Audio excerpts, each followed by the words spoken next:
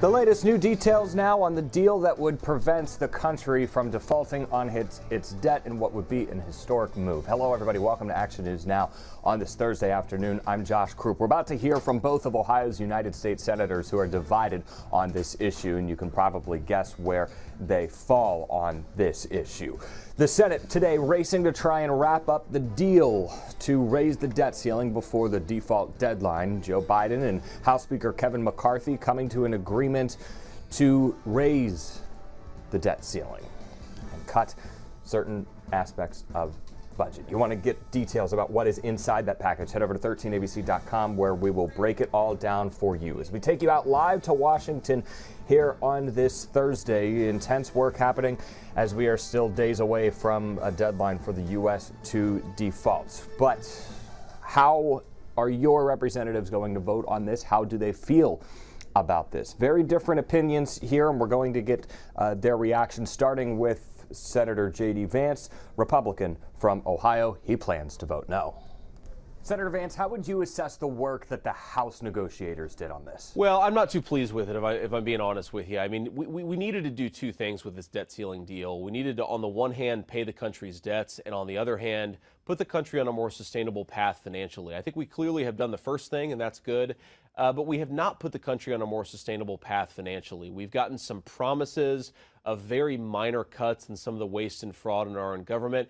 It's not even clear that those promises will actually be kept next year when we go through the appropriations and spending process. So I'm really worried that we didn't get a better deal out of this.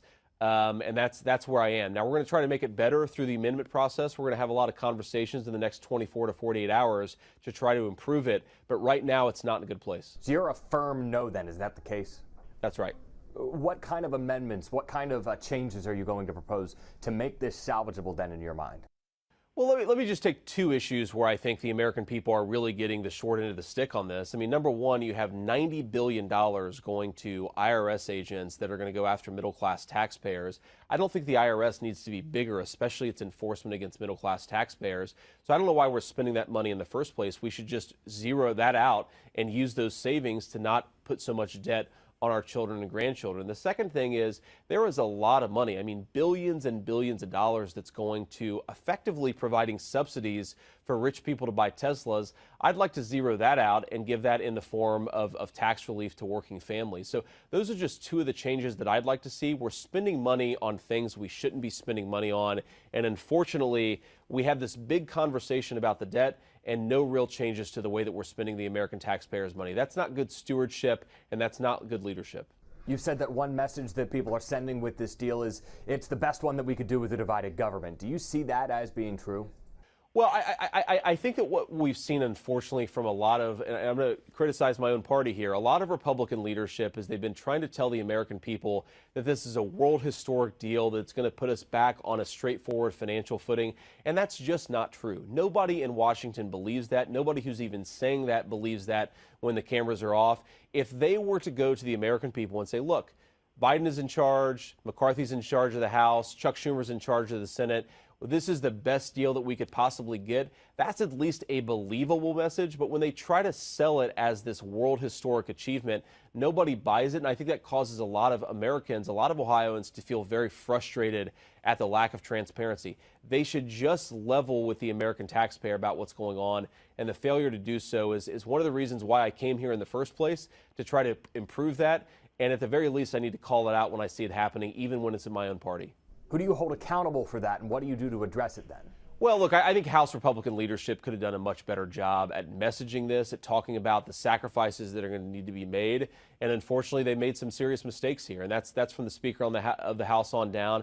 I really appreciated McCarthy's posture going into this. He said, basically, look, we've got to pay the country's bills. We've also got to get our financial house in order. That was the right approach. I think since the deal has come out, he's tried to tell a story that this is a great achievement, that the Democrats get nothing, the Republicans get everything. That's just not true. And I think when you try to sell the deal in that way, it actually cheapens it and causes people to be frustrated by that lack of transparency. Finally, what's the top line item, the top thing you want people in Toledo, Ohio to take away from the negotiations that we've seen unfold in the last few days and what we're about to see over the coming ones? Well, I guess my takeaway would be if you're paying higher interest rates on your mortgage, if you're paying more for food at the grocery store, which everybody is, this deal unfortunately doesn't do anything to really tackle the inflation crisis in our country. And until we get serious about the long-term financial problems in this country, we're going to continue to have an inflation crisis and we're going to continue to see people suffering because of it. So I don't think it's a great deal. I don't think it's a good deal for Ohio auto workers. I don't think it's a good deal for Ohioans who are trying to spend less at the pump and less at the grocery store. And unfortunately, it needs to get a lot better before I'm going to support it. Senator JD Vance, thank you very much. Let's go over to Ohio's Democratic Senator now, Sherrod Brown. Senator, how did the president's negotiators do in your mind? I think they did the right thing. We are not going to default. We never have as a nation. We've always paid our bills. If we don't, then people all over the country would pay for it. Workers would lose jobs. Pensions would be lost. So we had to do that. But the good news here, too, in my mind, is that we protected Medicare, Medicaid, Social Security, VA benefits. That's why all 15 House members in Ohio, 10 Republicans, 5 Democrats, all voted to support this. I plan to vote for it. It's good news. It was the right way to go. We should have done it earlier, but we fixed this.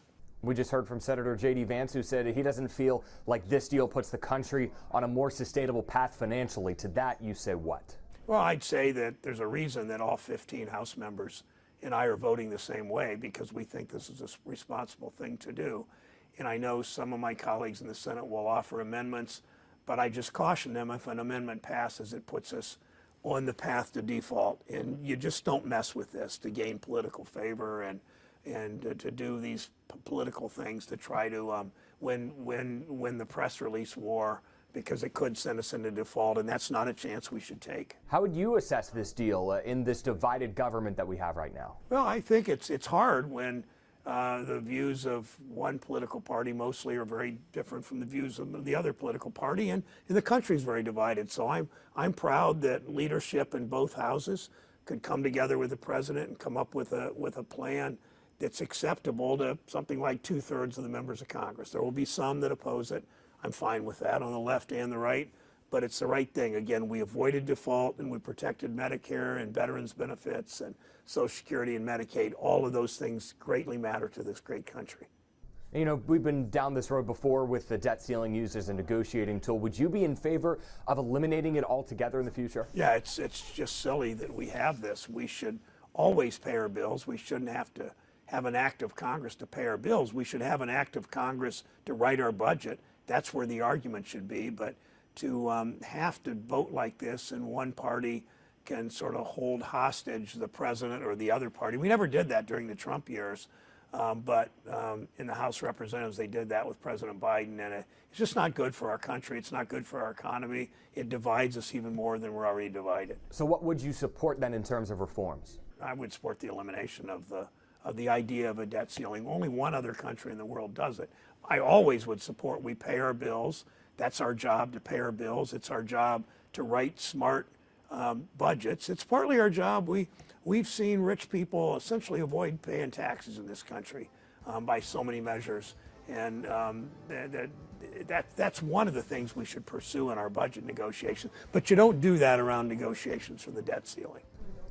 Senators JD Vance and Sherrod Brown joining us on Action News Now. More coverage of this developing story throughout the day as negotiations in the Senate continue, as we look to see if there are enough votes in the Senate. How many Republicans are going to come on board? A question we're looking to find out the answer to. All 15 of Ohio's House members voted to raise the debt ceiling. JD Vance would be the only member of Congress not to support it from Ohio.